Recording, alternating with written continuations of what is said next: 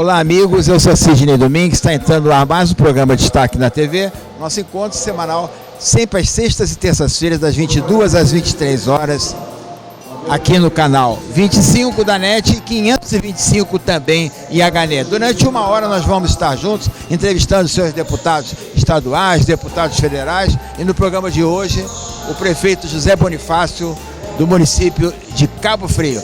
Vale a pena você conferir, daqui a pouco a gente volta. Sai daí não, hein?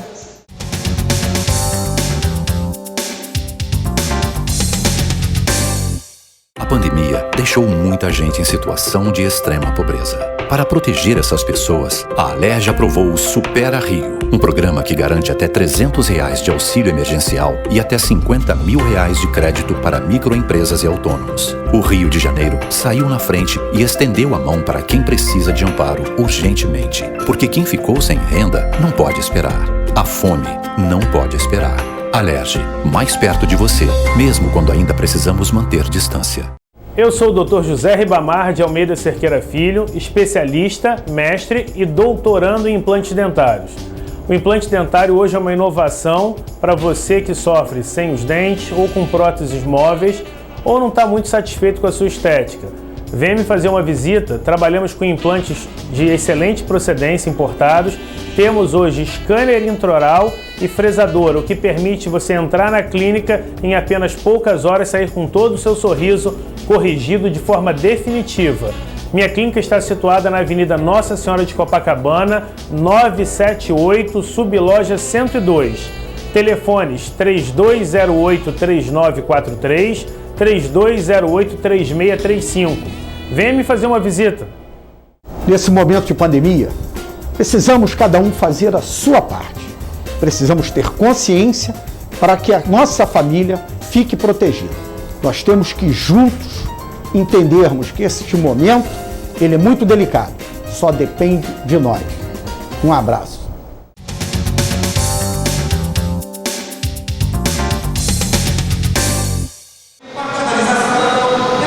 Conversa agora com o deputado Marcos Abrão. Deputado, nós falamos semana passada algumas questões ainda que diz respeito ao Lava Jato, aos procuradores e tal. Tem uma nova denúncia lá em Curitiba que o senhor acabou de falar em off aqui comigo? Sim. Boa tarde a todos, né? É uma vergonha o que nós estamos vendo com esse pessoal da Lava Jato. Eles acabaram com o Brasil. Falei aqui semana passada, foram mais de 50 bilhões de prejuízo no nosso país. Foram mais de 172 bilhões de investimento que não vieram para o nosso país. E eles dizendo que recuperaram algum dinheiro da corrupção no nosso querido Brasil.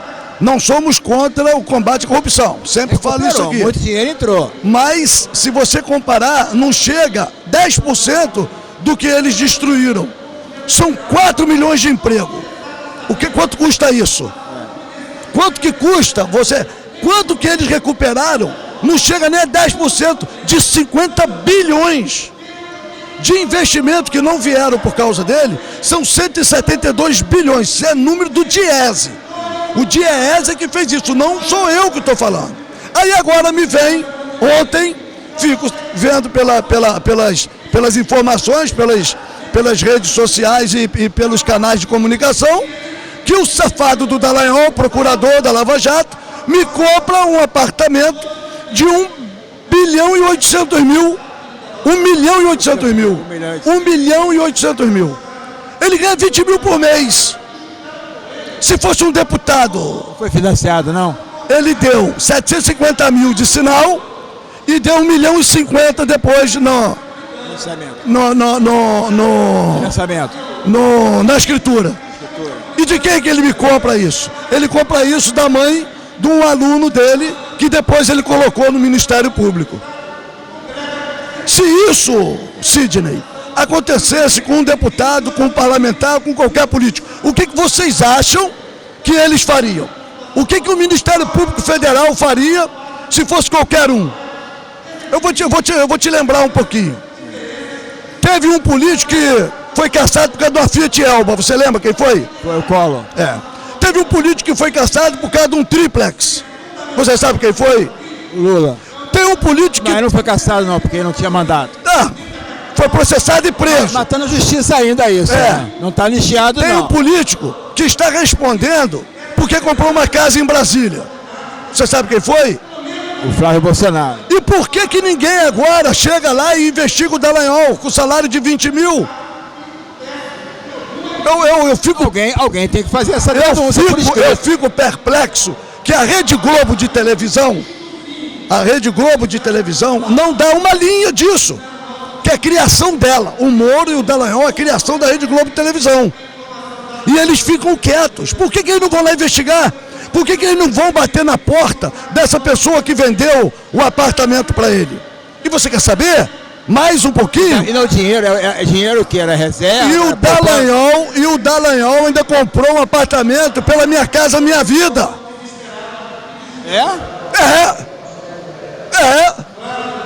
E aí, como que fica isso? Como é que pode isso, deputado? Não, eu não sei, alguém tem que perguntar, alguém tem que saber. Já era para ter afastado esse moleque, esse bandido, agora, de frente do Ministério Público. Quem é que pode representar? Um deputado federal? Amigo, olha só, político, eu acho que o próprio Ministério Público Federal já tinha que ter afastado esse indivíduo. Ele e sua corja, seu bando, eles tinham que ser afastados. Eu estou pedindo aqui encarecidamente aos ministros que tomem uma atitude, porque o Ministério Público Federal não vai tomar atitude nenhuma. Porque eles fizeram do país uma bagunça, eles destruíram o nosso país, aliado à Rede Globo de televisão. Eles venderam o nosso país para os Estados Unidos, para os americanos. Tanto ele quanto o safado do Sérgio Moro, esse pilantra, safado, ordinário, bandido ladrão. Eles acabaram com o nosso país. Eu estou te falando isso, eu não tenho medo de falar, não. Agora eu peço aos ministros que tomem uma atitude. Eles têm que mandar prender esse vagabundo desse Moro e esse bandido desse Dallagnol. E não fazem por quê? O Alexandre Moraes, ministro, prendeu o Daniel porque falou contra ele. Eu de coração eu quero dizer uma coisa para você. Eu tô aqui esperançoso. Eu acredito na justiça do meu país. Que muita gente diz que não acredita, mas eu acredito. Eu também acredito. Eu sei que muita gente foi enganada, agora dentro do devido processo legal. Não tem que chegar e prender ninguém fora do devido processo legal. Agora, estão aí, todas as provas colocaram, eu li essa entrevista e eu fiquei apavorado. E o safado ainda disse que ele é normal a compra que ele fez.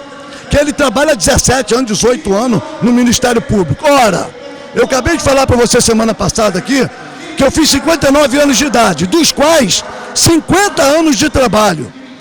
Eu não tenho condição de comprar um apartamento desse. Trabalhando feito um louco. Agora ele vem e diz que comprou. Ele não gasta dinheiro nenhum, não come, não bebe, não se veste, não tem nada. Ele deve ter tido alguma reserva, né, deputado? Ele também não é maluco também de aparecer com dinheiro desse de repente. Eu quero aqui eleger você um bom advogado do Dallagnol. Ele pode te procurar. Não. É que eu sempre falo o seguinte, o repórter jornalista é perguntador. É isso aí. Eu suponho. Mas, meu irmão, deixa eu só te falar uma coisa. Uma coisa só. Quando eles processam alguém, corre atrás, diz que o cara fez ou cometeu, então eu vou te falar mais uma coisa. Foram lá, me privaram da minha liberdade. Não é isso? Privaram minha liberdade. Chegaram na minha casa, pegaram todo o dinheiro. Pagaram teste terceiro de funcionário que era para ser pago, dinheiro de cartão de crédito, dinheiro que eu tinha e um dinheiro que eu tinha guardado. Pegaram na minha casa, juntaram tudo, fizeram 52 mil reais. Quanto que era o meu imposto de renda? Não é fortuna nenhuma. Meu imposto de renda eu estava declarado que eu tinha em casa 150 mil reais. Gastei 100 na campanha, me sobrou 50. Eles foram lá e prenderam meu dinheiro. Mas eu tenho declarado isso, diferentemente dele, que eu duvido que tenha. Declarado 1.800.000. Agora, ele também não é doido de não ter uma origem desse dinheiro declarado, né? Eu posso te dizer uma coisa? Como dizia o falecido desembargador Melo Porto, que já faleceu, né? Melo Porto. Ele sempre dizia... Grande desembargador, pessoa muito boa. A certeza da impunidade não é possível. Mas você pode ter certeza que eles estavam se achando acima do bem e do mal. Aí tá certo. Então eu faço aqui o meu apelo às autoridades competentes, aos ministros, que tomem uma posição contra esse bando. É uma quadrilha travestida de Ministério Público Federal.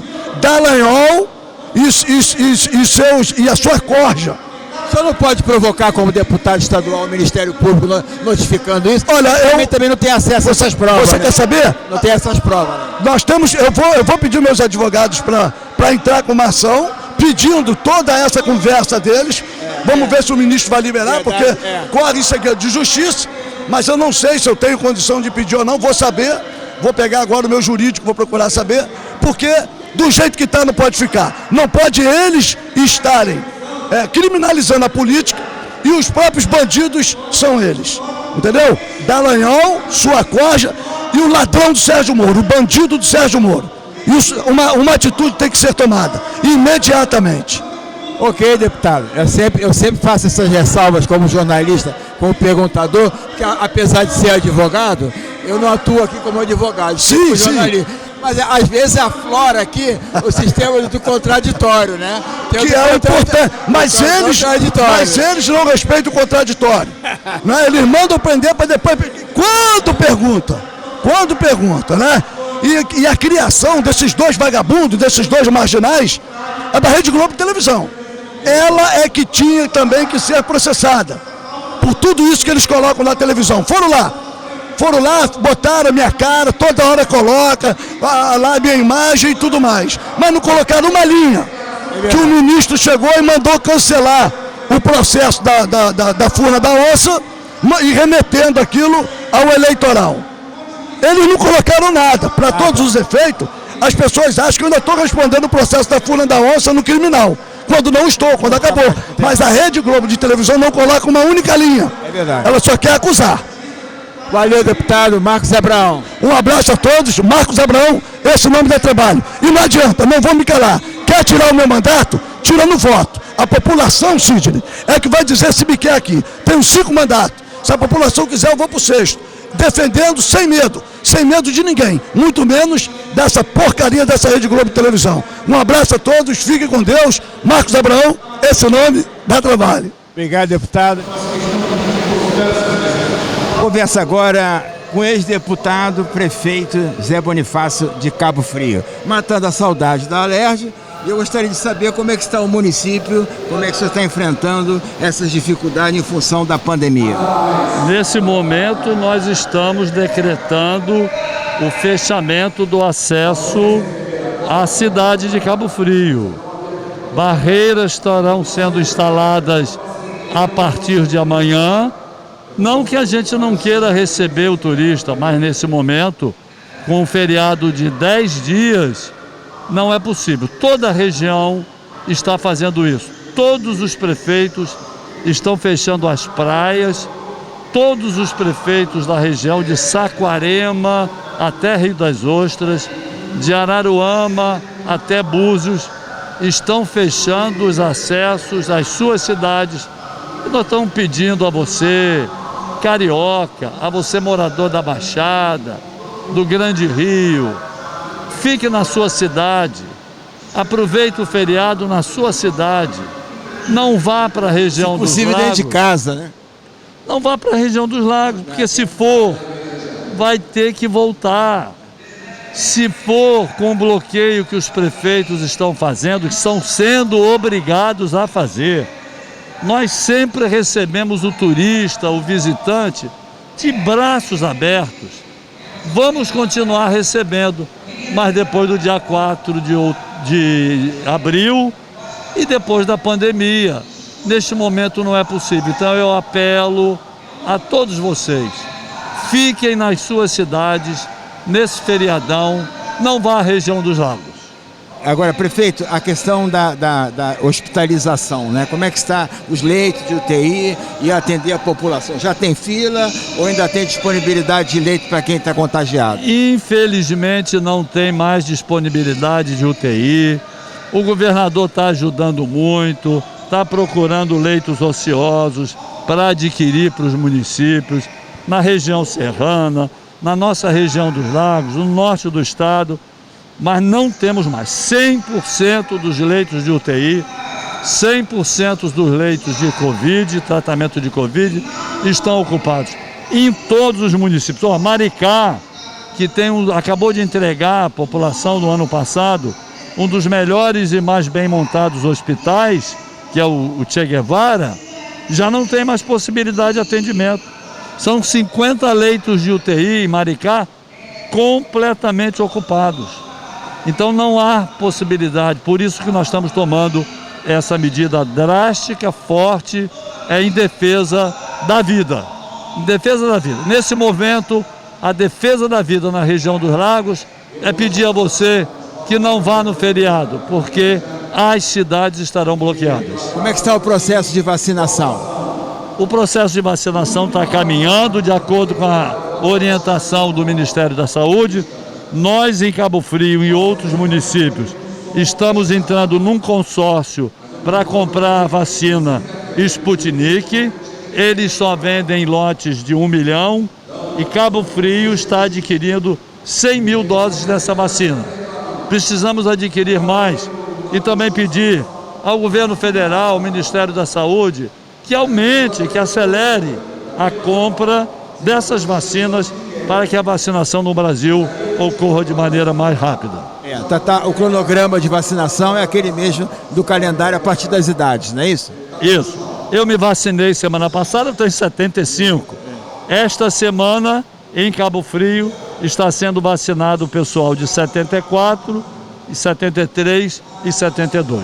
Aqui no Rio também está nessa faixa a partir de segunda-feira, a faixa de 70, 71 anos, né? A situação é crítica e a população tem que ter conhecimento que os governos, tanto estaduais, federais e municipais, querem ajudar, mas a participação do povo também, de coerência, é preservar a sua vida, né? Sem dúvida nenhuma. Preservar a vida nesse momento, a vida é o dom mais sagrado que Deus nos deu, é a coisa mais importante. Sabemos que a economia está fragilizada, sabemos que medidas restritivas no funcionamento de bares, de restaurantes, do comércio, de áreas de lazer, do negócio, de pousadas, faz com que a economia desses empresários, até às vezes, dispensa de empregados, mas infelizmente são medidas sendo adotadas de forma a evitar um maior número de mortes. Eu ontem falei por telefone com o meu compadre Augusto Ariston e aproveito para relembrar que ele tem conversado com o senhor, inclusive sabendo da situação, ele que é proprietário lá da Rádio Litoral, que é um veículo importante também de ajuda à prefeitura, né? Querido amigo Augusto, querido e Bernardo amigo. Também. Bernardo, filho, a família toda, gente muito boa. Até a próxima. Obrigado, querido, é um prazer grande estar falando com os seus espectadores. Então não vá para Cabo Frio, porque vai voltar, hein? Não adianta, fique em casa, fique em casa. Aliás, eu fiz uma nota, deputado, que em Portugal, foi em termos já coisa, que em Portugal descobriram uma planta que é capaz de 99% curar o Covid. Chama-se Planta Seu Rabo em Casa. Planta seu rabo em casa. É boa, essa é boa. Valeu, obrigado.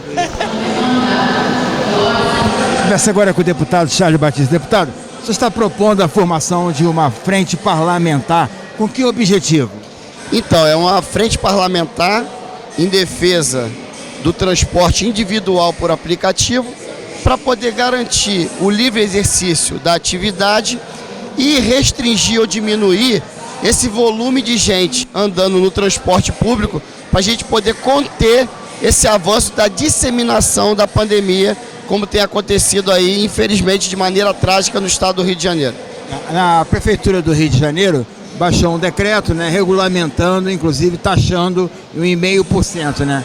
No estado, fora do município do Rio de Janeiro, não existe essa decretação, né? O senhor viu que eu sou contra isso, porque a gente tem visto que esse tipo de atividade tem sido meio um escape para aquelas pessoas que muitas das vezes ficam desempregadas e tem que levar o sustento para dentro da sua própria casa. Aí veio o questionamento, mas os taxistas pagam e o pessoal desse tipo de transporte individual por aplicativo não paga.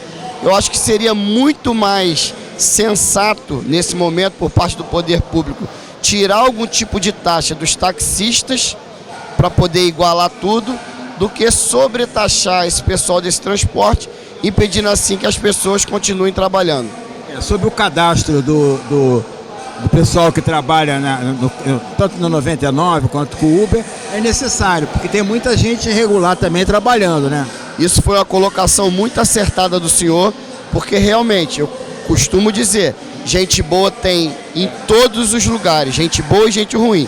Então realmente deve haver uma seleção maior daquelas pessoas que prestam serviço para a gente poder também garantir a incolumidade das pessoas que utilizam esse tipo de serviço. Com essa questão agora da pandemia e a dificuldade do trabalhador, principalmente o autônomo, que não tem emprego, não tem salário, não tem nada, vai trabalhar inclusive com camelô. E a Prefeitura do Rio aqui agora está perseguindo os camelôs. Eu acho uma barbaridade. Como é que o senhor vê essa questão? O senhor sabe que eu trabalhei em barraca de açaí durante 3 ou 4 anos da minha vida. Não sabia. Eu chegava ali 3 horas da tarde e saía 3 horas da manhã. E deve ser muito ruim você não conseguir levar para dentro da sua própria casa sustento. Eu acho que tem que haver sim algumas medidas para que nós venhamos conter o avanço da pandemia, mas também não podemos cobrir a cabeça e descobrir o pé. Ou seja, as pessoas não morrem pela pandemia, mas morrem de fome. Isso daí causaria o caos maior na nossa sociedade. Eu acho que nós não devemos fazer isso. Na questão dos camelôs, quer dizer, principalmente na zona sul do Rio de Janeiro, né? Tem uma pressão muito forte por causa do comércio. Agora, tem produtos ilegais, de eletrônico, contrabandeado, separa esse, mas não para todo mundo, né? Deixar o cara de levar comida para casa, que às vezes tem mulher e filho esperando para comer de noite. Exatamente, dá até para a gente usar aquele exemplo de tratar de forma igual os iguais e desigual os desiguais. Ou seja, a gente não pode julgar o todo por um só, ou seja, não é por causa de um defeito ali que você vai, de certa forma, desfazer de tudo. Faz que nem o senhor falou, quem está errado, que seja tratado como errado, mas aquelas pessoas que estão trabalhando de maneira certa, que elas possam ter o direito de trabalhar assim. Qual é a situação hoje da pandemia lá e o atendimento hospitalar para os infectados lá em São João de Meriti? Nós temos uma situação delicada na maioria dos municípios, tendo em vista que o governo federal enviou o dinheiro para que fossem feitos os leitos, o combate à pandemia e tudo mais, e o senhor é testemunha do que aconteceu. Nós não conseguimos ver a aplicabilidade desse dinheiro na prática. Inclusive, uma pergunta que eu me faço todo dia é: por que desfizeram daqueles hospitais de campanha que muitos deles não chegaram nem a ser utilizados, e agora nós estamos passando por uma necessidade de precisar de leito? Então, verdadeiramente, nós jogamos todo aquele dinheiro fora. Jogou no bolso dos corruptos. Isso, a gente podia ter, exatamente isso, eu só quis me resguardar um pouquinho. A gente podia ter errado para mais. Acabou a pandemia, acabou, mas vamos deixar ele mais 6 meses aí, já que já gastou, não.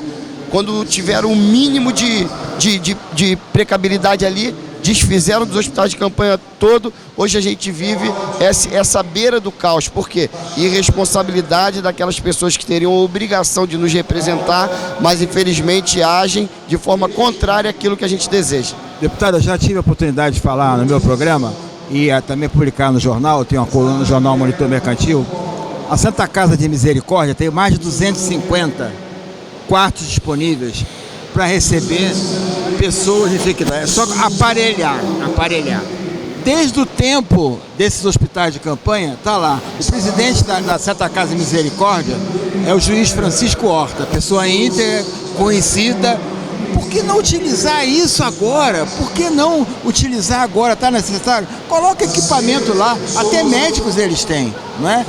E aí prefere o quê? Hospital de campanha, que é para roubalheira. Tem que saber o quanto que esse exemplo que o senhor deu retornaria de benefício para aqueles interesses escusos que ele tem, e quanto que um hospital de campanha retorna, né? Infelizmente, há esse tipo de análise.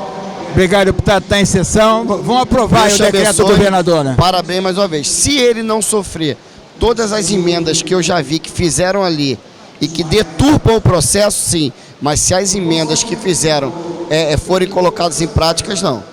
Obrigado, deputado. Deus te abençoe.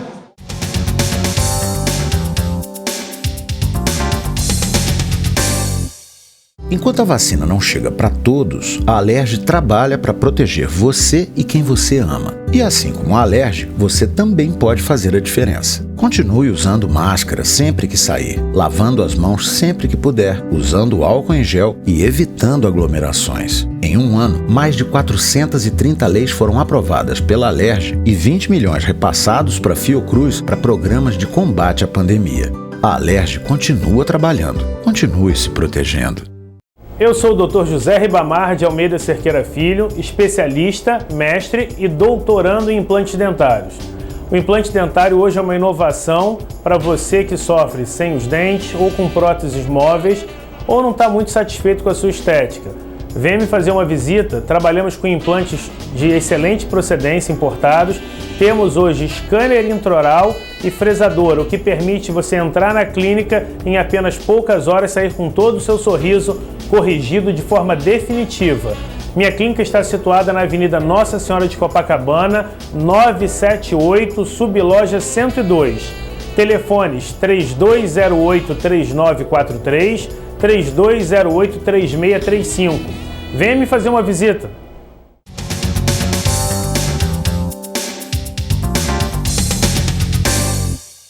Nesse bloco eu converso com o deputado Dionísio Lins, que é presidente da Comissão de Transporte aqui da Assembleia Legislativa do Rio de Janeiro. Deputado, recebendo em seu gabinete, antes de começar a sessão, e nós estamos gravando aqui ainda numa quarta-feira, né? Deputado, já tivemos a oportunidade de falar sobre isso, mas o prefeito não se manifesta se vai entregar a exploração para a concessionária, né, da linha amarela. A questão é a seguinte, é 7,50 para ir e para voltar. Agora, por que ele não quer contestar uma decisão da Justiça, que até agora não fez isso? Ô Sidney, eu quero primeiro parabenizar pelo seu belo programa que lidera a audiência no horário e dizer para você que a população fica bem informada, porque o seu programa não parou um momento, até no período de carnaval, etc. Verdade. Sempre cumprindo com seu papel de jornalista e informando a população aquilo que é necessário informar. Respondendo a você, Sidney, eu acho que o prefeito ele está efetivamente com toda a calma do mundo. Melhor dizendo, as pessoas entendem da máquina e estrutura política que ele não quer responder. Ou seja, eu posso falar muito claramente agora. O prefeito Crivella ganhou no Supremo o domínio da linha amarela. Porque o pedágio da linha amarela já tinha recebido muitas vezes mais que o valor que era necessário para indenizar aquela obra. Mas, no período do prefeito Eduardo Paes, ele criou uma obra extra na Avenida Brasil, já disse no seu programa, e com isso ele prorrogou ainda mais o contrato da linha amarela. Antes de terminar o mandato dele anterior, Crivella. Antes de terminar. Isso foi uma luta muito aumento, grande. Teve o aumento e depois a concessão, não é? Exatamente. Deu mais não sei quantos anos, 20 anos. Exatamente isso, no período Eduardo Paes. O prefeito teve uma luta muito grande. Achei até que cometeu um equívoco quando ganhou a primeira liminar, não é? E foi lá com maquinário para quebrar, e foi um pequeno equívoco do prefeito.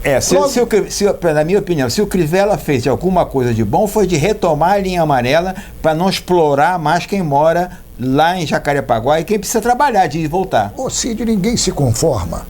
7,50 para ir, 7,50 para voltar. R$15. O prefeito atendia todas as demandas da população toda hora, pedindo a ele que desse um jeito nisso. Ele recorreu e conseguiu encampar o pedágio da linha amarela. Ora, veja, isto para mim, esse valor, Sidney, é um assalto ao bolso do usuário. Eu não posso acreditar ainda, de sã consciência, que o prefeito Eduardo Paes, apesar de ter dito na campanha que iria voltar com pedágio, que ele concorde que volte esse valor, não é? Nós estamos aqui pela Comissão de Transporte, recebi muitas pessoas ligadas para nós através do seu programa, não é?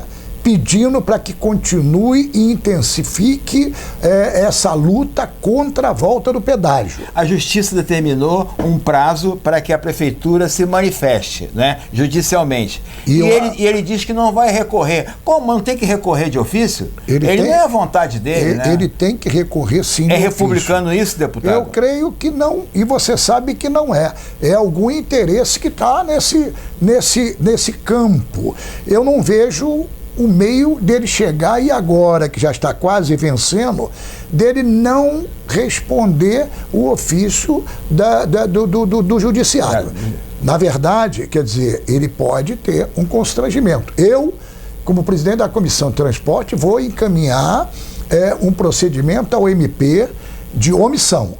Não é possível que ele não se atenha a manter a defesa da população e responder ao judiciário, que fica assim com a encampação da linha amarela. Ou então chamar os trabalhos à ordem e, se tiver alguma coisa pendente, alguma diferença, que ele faça, mas com respeito ao dinheiro que a população não tem como mais pagar tributos em tudo quanto é lugar. Ninguém aguenta. Você vê, Niterói, Ponte Rio-Niterói, onde lá a concessionária tem que fazer, manter a estrutura que é dentro d'água. 4,50 uma vez só.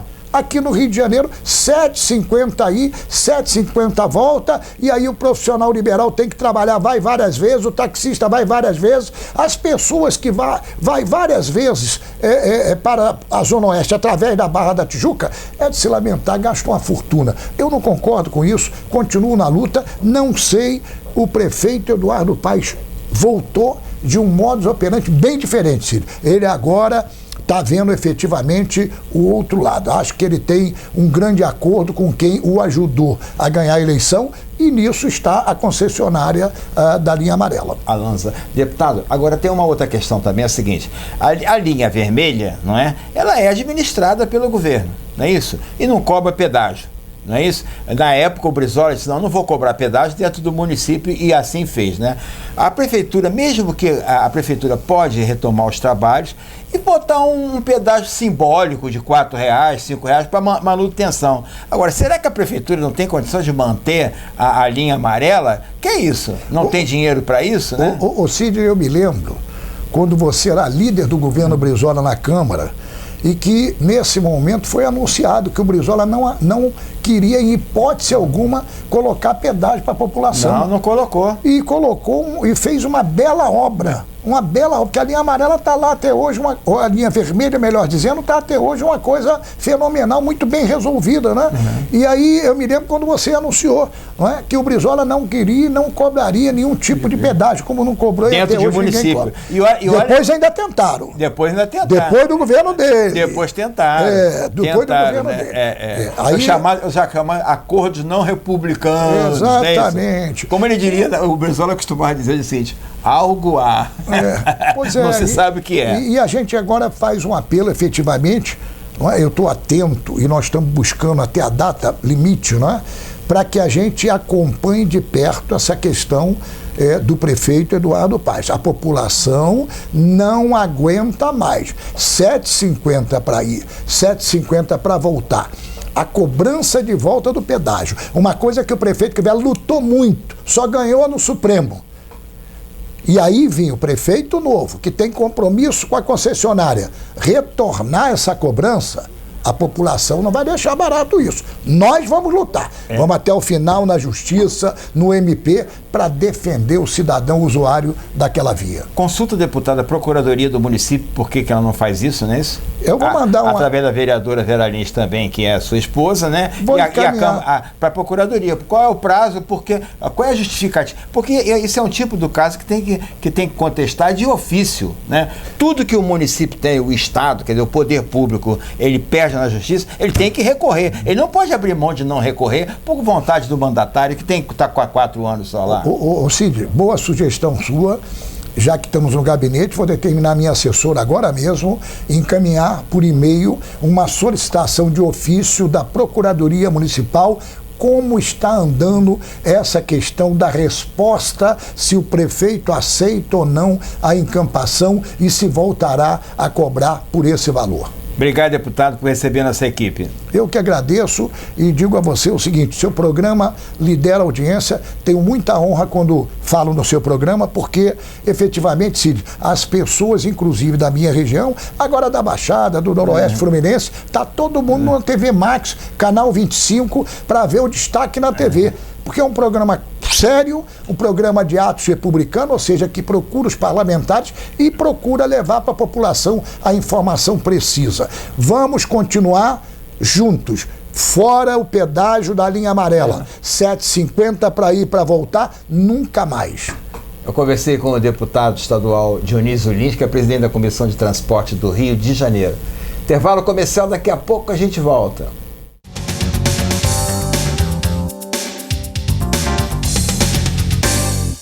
A pandemia deixou muita gente em situação de extrema pobreza. Para proteger essas pessoas, a Alerj aprovou o Supera Rio, um programa que garante até R$300 de auxílio emergencial e até R$50 mil de crédito para microempresas e autônomos. O Rio de Janeiro saiu na frente e estendeu a mão para quem precisa de amparo urgentemente, porque quem ficou sem renda não pode esperar. A fome não pode esperar.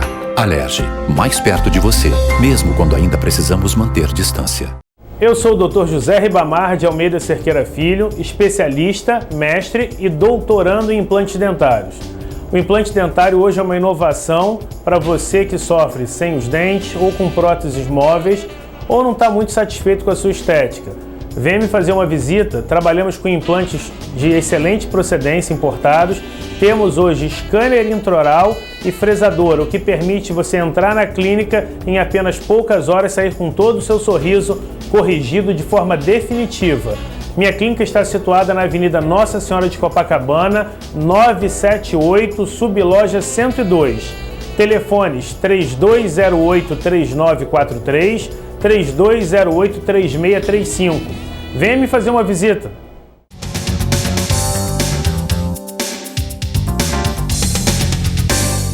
Nesse bloco, converso com o deputado federal Paulo Ramos, deputado do PDT aqui do Rio de Janeiro, em seu gabinete que atende sempre a população, os seus eleitores e principalmente a imprensa, mais uma vez aqui no seu gabinete. Deputado, a morte do senador Major Olímpio, né, que apoiou o Bolsonaro, mas que de uma certa forma depois ele passou a fazer oposição, né?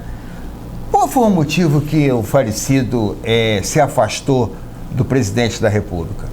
O senador Major Olímpio, da Polícia Militar de São Paulo, teve uma trajetória identificada, uma trajetória até muito próxima da trajetória do Jair Bolsonaro. Inclusive, foram deputados federais juntos. Mas o deputado Major Olímpio tinha independência. O deputado Major Olímpio não surfou na carona, não foi puxado pelo Bolsonaro. Eles estavam dentro do mesmo projeto ao longo dos anos, pensando a mesma coisa em relação à segurança pública, a política de emprego das forças de segurança. É claro que houve uma coincidência. A vitória, né, do Bolsonaro, o crescimento do Bolsonaro, que fez com que ele se elegesse presidente da República, se carregou outros que nunca tinham tido grandes participações, nem na atividade política. Imagina quem já era aliado antigo. Sendo militar, né? E sendo militar, deputado federal, né? Mas o o senador Major Olímpio tinha uma trajetória independente. E, portanto, ele passou a ser um crítico. Porque, como todos os policiais militares, bombeiros militares, todo o pessoal da área da segurança pública, policiais federais, policiais rodoviários federais, os policiais penitenciários e os policiais civis e militares do Brasil inteiro. Todos, com raríssima exceção, todo mundo identifica uma base de apoio ao Bolsonaro, apoio quase que unânime. Quase que unânime. Então, a expectativa em relação ao Bolsonaro é uma expectativa até não só de afirmação daquela política de emprego, da política de segurança pública. Na visão compartilhada, imaginavam o quê? Os profissionais da segurança pública, que conquistariam mais direitos, ou que pelo menos preservariam os direitos conquistados. Verdade. E o senador Major Olímpio, no Congresso Nacional, ele começou a perceber que os profissionais da segurança pública estavam perdendo direitos. Me lembro, porque eu estava também junto, do constrangimento, quando na reforma da Previdência, os policiais federais e os policiais civis do Distrito Federal percorreram os corredores da Câmara dos Deputados e do Congresso, chamando o Bolsonaro de traidor. E, obviamente, que quem estava lá com o mandato era abordado. Eu fui abordado, o senador Major Olímpio, igualmente abordado. Cheguei a presenciar o Major Olímpio sendo cobrado. E ele, como tinha independência e era um defensor dos direitos, ele foi uma das razões do atrito. Foi essa. Os direitos que reivindicavam os policiais militares e a área de segurança, basicamente, qual era? Imaginar, vamos pegar aqui Rio de Janeiro, ou do Brasil inteiro, de 30 para 35 anos. O direito ao soldo do posto da graduação acima, quando passava para a inatividade, perdendo. A contribuição previdenciária alcançando com mais rigor aposentados e pensionistas. Isso tudo. E em comparação, a ação do presidente Bolsonaro em homenagem aos militares das Forças Armadas.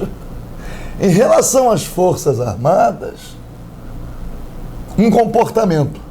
Em relação aos profissionais da segurança pública, um outro comportamento. Sendo que nas Forças Armadas, e é preciso dizer, na reforma da Previdência, aqueles que ocupavam os menores degraus da hierarquia, inclusive os aposentados e pensionistas, não foram contemplados igualmente. Eu me lembro de movimento de mulheres, de militares, pensionistas. Eu lembro disso também. Elas, aos prantos, reivindicando igualdade de direitos e, ao mesmo tempo, rompendo publicamente com o Bolsonaro. Algumas, inclusive, levando fotografias da participação na campanha do Bolsonaro à presidência da República. E algumas até na campanha aqui no Rio de Janeiro para os mandatos dele de deputado federal. Então, o Major Olímpio representou essa rejeição quando ele começou a se distanciar do presidente Jair Bolsonaro. Mas há uma outra questão de fundo que é relevante para o Estado Democrático de Direito. Existe a avaliação de que o presidente Jair Bolsonaro está se estruturando e organizando movimentos no sentido de não se conformar com um eventual resultado negativo na candidatura dele à presidência da República. Você acredita nisso? Em nisso? 2022. Acredito. E com base em que o senhor acredita que está essa mobilização? Eu tenho, não é só mobilização, é a organização. Isso vem sendo conduzido. Isto é, ameaça ao Estado Democrático de Direito. E o Major Olímpio não compartilhava com isso. O senador Major Olímpio defendia o respeito à Constituição. Defendia o respeito ao resultado da eleição. O Major Olímpio não manifestava desconfiança em relação ao resultado. Chegou a dizer, ora, se eu desconfiar do resultado, eu vou desconfiar da minha própria eleição. Fui eleito com mais de 9 milhões de votos e vou achar que houve fraude? 9 milhões de votos teve ele em São Paulo? São Paulo, Foi o senador mais votado do país. E aquela história do voto impresso? O voto impresso, é preciso dizer que o voto impresso é uma reivindicação muito maior da chamada esquerda. Olha aí. Brizola defendia o voto impresso. E é necessário mesmo o voto impresso. É necessário o voto impresso. O que o presidente da República está fazendo é uma manipulação. Ele diz que defende o voto impresso porque ele percebe a dificuldade da aprovação, porque como forma também de sustentar um eventual golpe. Entendi. É uma manobra, porque o Tribunal Superior Eleitoral é contrário ao voto impresso. O Supremo Tribunal Federal já entendeu que o voto impresso quebra o sigilo do voto.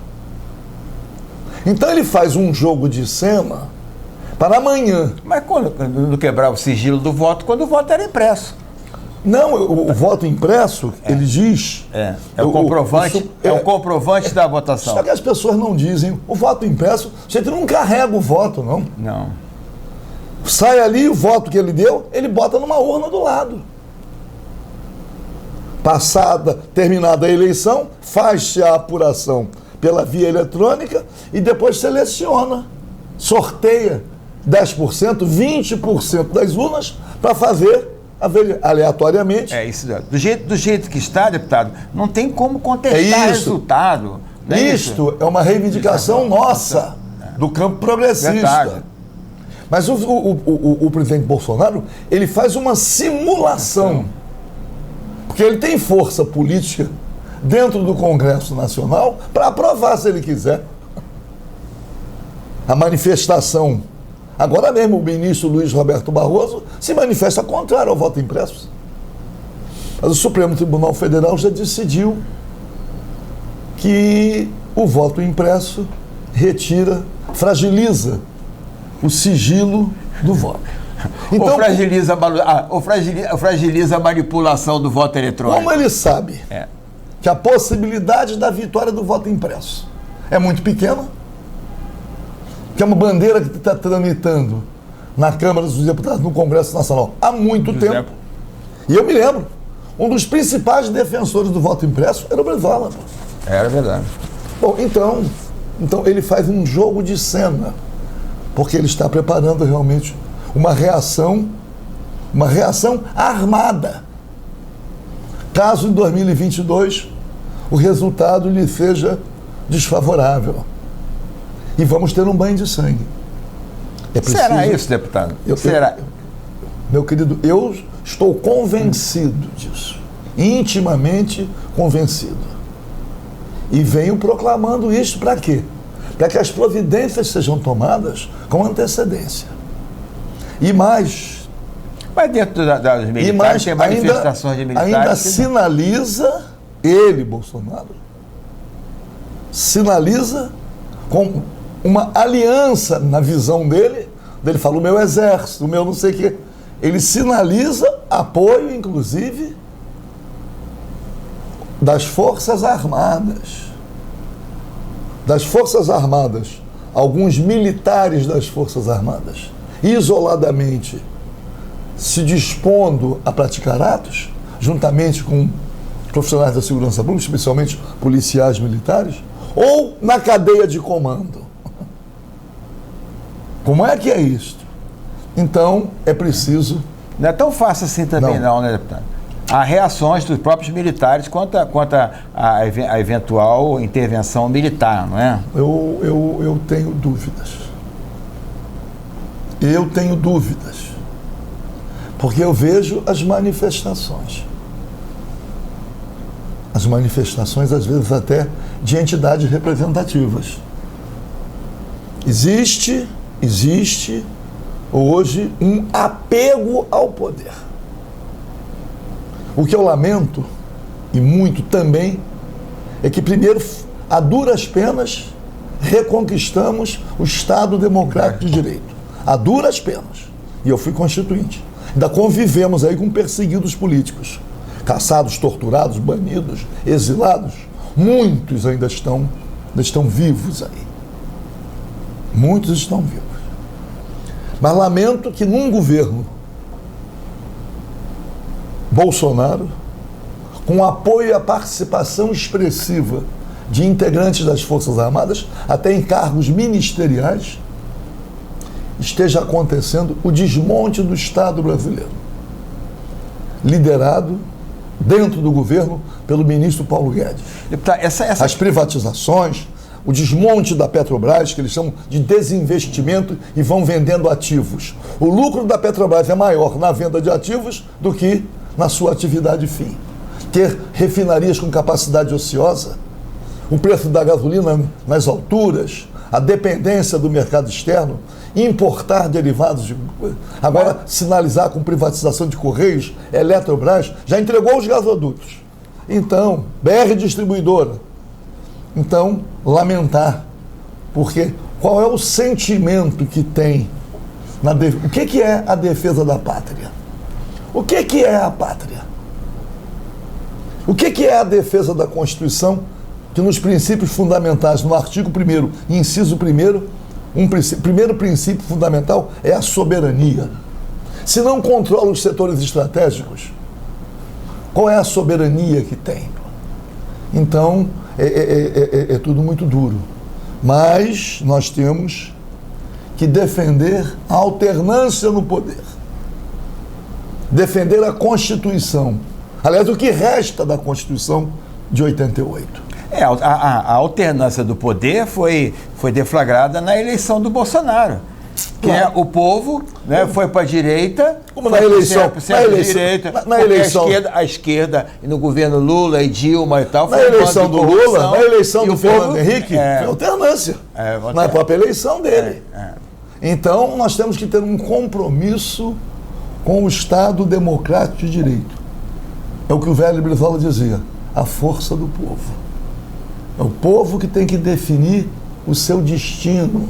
E isto se dá através da participação, mas também na luta pelo poder, através dos partidos políticos. São as eleições livres e diretas. Deputado, agora essa questão também de colocar militares, né, generais e coronel, em cargos definitivos, né, de comando, né, isso também é um compromisso que ele tinha de tentar moralizar determinados setores que era âmbito de corrupção. Você tem muito a Petrobras, mas os maiores escândalos de dinheiro, de tal, foi da Petrobras. Deixa eu dizer. A roubalheira, né, era institucional. Grande questão de dizer uma coisa. Quem foi eleito presidente da República monta o governo. Tem os seus partidos políticos de sustentação. E é o presidente eleito, que é o chefe do Poder Executivo, ele que organiza quem vai ocupar os cargos no Poder Executivo. Quem vai ser ministro, isso é um problema dele. Cargo de confiança. Ele, como não tem partido político, não tinha partido político. O partido político dele, que não existia, abriu espaço para que ele colocasse nos ministérios muitos militares. Eu não tenho nenhuma... diz assim, você é contra isso? Eu não sou contra. É papel do Poder Executivo. Você também é militar, né? A grande questão não é esta. A grande é o que o governo está fazendo. É verdade. O que é que eles estão fazendo à frente dos ministérios? Estão colaborando para o desmonte do Estado, estão sendo omissos e, portanto, estão se comprometendo e comprometendo a imagem das Forças Armadas. Com o desmonte do Estado, com o sepultamento da soberania nacional. Eles estão ali. Eles estão em cargos civis. Eles são oriundos das Forças Armadas, mas estão em cargos civis. No caso do Pazuello, que era ministro da Saúde, ele é general também. Mas o general não precisa se afastar da farda para assumir cargo, não, né? A Constituição é clara. A Constituição prevê isso. O militar que está em atividade, ao assumir um cargo público civil, ele é agregado. Ele deixa de estar na força. Agregado. Ele agrega. Se for com uma função de interesse militar, ele não se obriga a ficar 2 anos. Ele pode ficar mais. Entendi. Mas tem um prazo na Constituição. Então, é diferente do militar que está na ativa e se candidata a um cargo eletivo. O militar, é diferente. Deixa eu dizer qual é a diferença. O militar na ativa, se ele tiver menos de 10 anos de serviço, ele tem que pedir baixa. E a partir de 10 anos, é a mesma coisa. Ele sai candidato e tem que se filiar a um partido. Mas ele sai candidato antes. A convenção partidária o indica como candidato. Aí ele comunica, é agregado e se filia ao partido para concorrer. Se for eleito, Se ele for eleito, automaticamente vai para reserva remunerada. Reserva remunerada. Automaticamente. Aliás, só acontece isso com o militar. E os policiais militares, bombeiros militares. Servidor civil, não, pode voltar. Volta para a Delegado de polícia, por exemplo. Todos. Só o militar que é atingido assim. Ou então os magistrados, que têm que deixar a toga para concorrer. Então nós estamos numa situação. Você vê agora a questão, falou no ministro Pazuello, da saúde. O governo Bolsonaro, completamente na contramão de tudo aquilo que dizem os infectologistas. A vacinação em massa, agora, numa contradição interna no governo. Até o ministro Paulo Guedes fala que a vacinação em massa antecede, que não é possível ter qualquer caminho para a economia se não houver a vacinação em massa. Agora mesmo, economistas identificados, muitos conhecidos, assinaram um documento, está aí nos jornais de hoje, encaminhado ao presidente da República. Mas o que acontece? O que o presidente da República abusa? Não é? Porque o sofrimento, tem um sofrimento em relação à saúde e à vida, que alcança muita gente, mas obviamente também alcança de forma mais contundente os menos favorecidos. Mas o desemprego, o trabalhador informal, aquele que depende de benefício da Previdência Social, que está tendo dificuldade de acesso. 1.300.000 processos, recursos não julgados. Aí precisa renovar o auxílio-doença, o auxílio-desemprego, não tem perícia, a perícia é atrasada, porque o número é muito grande. E o presidente da República trava um conflito abusando do sentimento de quem precisa trabalhar. Até a próxima, deputado. Vamos lá, te agradeço. Te agradeço muito. Eu conversei com o deputado federal Paulo Ramos, do PDT. Eu vou para o intervalo comercial, não sai daí não, porque o programa continua.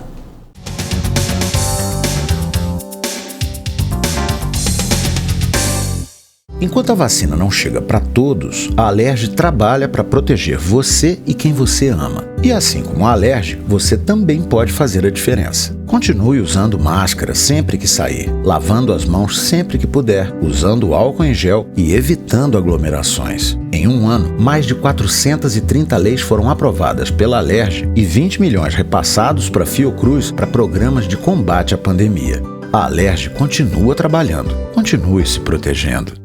A Miguel Lemos Joias compra e vende ouro. Se você quiser fazer uma consulta, uma avaliação para saber quanto vale a sua joia, ela trabalha também com brilhantes, joias antigas, joias em platina, moedas de ouro, cautelas da Caixa Econômica Federal, pratarias, antiguidades, relógios de marcas famosas como Rolex, Patek Philippe e outras marcas. Miguel Lemos Joias, compra e vende ouro. Não deixe de consultar 2521-7224, 2521-7224 e no celular 96867237. Pensou em vender ou comprar ouro? Miguel Lemos Joias. Consulte.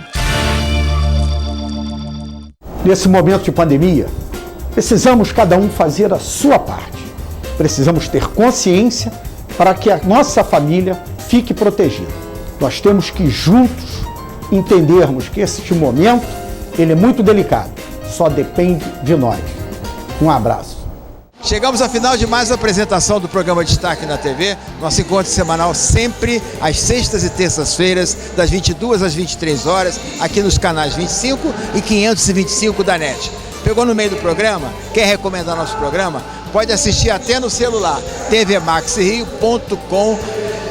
Clica em ao vivo e você assiste o nosso programa até do celular ou baixa o aplicativo da TV Max, www.tvmaxrio.com. Muito obrigado pela tua sintonia, você que me recebeu em sua casa sem pedir licença. Até a próxima!